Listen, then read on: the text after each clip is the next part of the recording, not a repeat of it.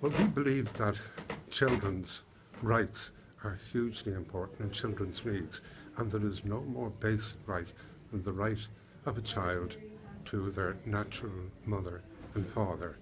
And what we see in the bill is a systematic attempt to remove from our adoption laws, our IVF, our surrogacy laws, that so important element, which is the protection of children, the nurturing of children, the rearing of children by their natural mother and father. Right, 1/3 of children, I'm told by the Children's Rights Alliance, don't live in a traditional family, and their rights are maybe not protected at the moment, and that's why they're supporting this bill.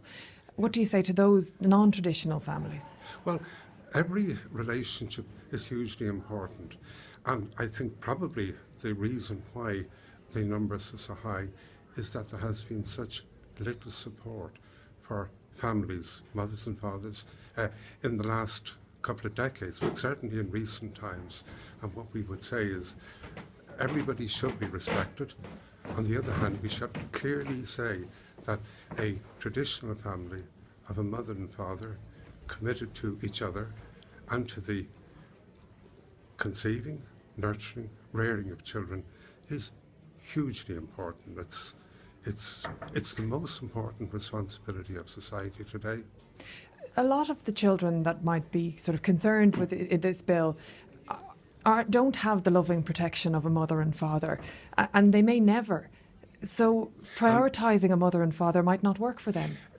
You're absolutely right, and there are a lot of people out there, there are single moms who are really struggling, just to name but one category.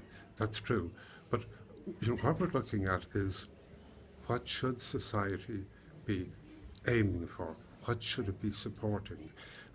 The consequences for children, such as you describe, of not having a stable family they're enormous.